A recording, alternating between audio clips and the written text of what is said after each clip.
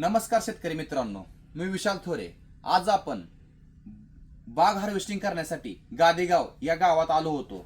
आपण गेल्या वर्षी संतोष बागल या शेतकऱ्याला vitro plants Hyderabad G9 tissue culture कंपनीची रोपं दिली होती। तर आज आपण ही बाग हार्वेस्टिंग करण्यासाठी आलो आहे आणि ह्यांनी आपल्याला नाही का आवर्जून बोलून घेतलं की बाग आमची काढा आली, तुम्हीच बाग काढा, तुम्हीच रोपं दिली ती। तर त्यांच्याच तोंडून ऐकूया की तुम्हाला विट्रो प्लांट कसं वाटलं। सर्वप्रथम तुमची ओळख आमच्या कंपनीला सांगा।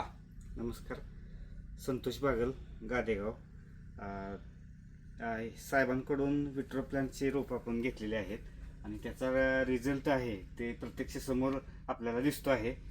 तर बऱ्यापैकी झाडाचा बुंदा, घडाची लांबी आणि घडामधील गॅप आणि लेंथ एक नंबरचे, इतर प्लांटेशनपेक्षा एक नंबरचे रिझल्ट समोरच दिसत आहेत ना। हो। मग तुम्ही विट्रो प्लांट लावल्याबद्दल तुम्ही आनंदी आहात का? एक नंबर आनंदी आहे। सुरुवातीला वाटत होतं, जरा मनात शंका वाटत होती, इतर व्हरायटीपेक्षा कशी येते? व्हरायटीपेक्षा कशी येते, नवीन लावायला लागलोय आपण। बर बर बर। तर एक नंबरनं तुम्ही विट्रो प्लांट लावल्यानंतर तुम्हाला शेतकऱ्यांनी विचारलं का कुठली व्हरायटी आहे, काय आहे? बऱ्याच शेतकऱ्यांनी, जेवढे केळीमधील शेतकरी आहेत त्यामधल्या सर्व शेतकऱ्यांनी विचारलं की बाबा कुठली व्हरायटी। तुम्ही आनंदी आहात ना? हो, एक नंबर। ओके।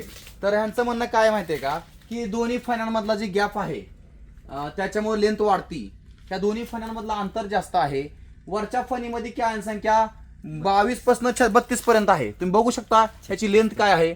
त्या फणीचं शेप किती चांगला आहे बघा तुम्ही, शेप अजिबात बिघडलेला नाही। आणि टोटली किती फण्या किती पडल्यात? 17 पर्यंत फण्या पडलेल्या आहेत। म्हणजे शेतकरी म्हणतात की 17-18 पर्यंत फण्या पडल्या। तर आपण पण मोजून बघूया, 1 2 3 4 5 6 7 8 9 10 11 12 13 आणि खालच्या 3-4 फण्या कमी उडवल्यात त्यांनी। म्हणजे 3-4 फण्या उडवल्यात, तरी पण एवढा भारी बंच दिसतोय बघा तुम्ही।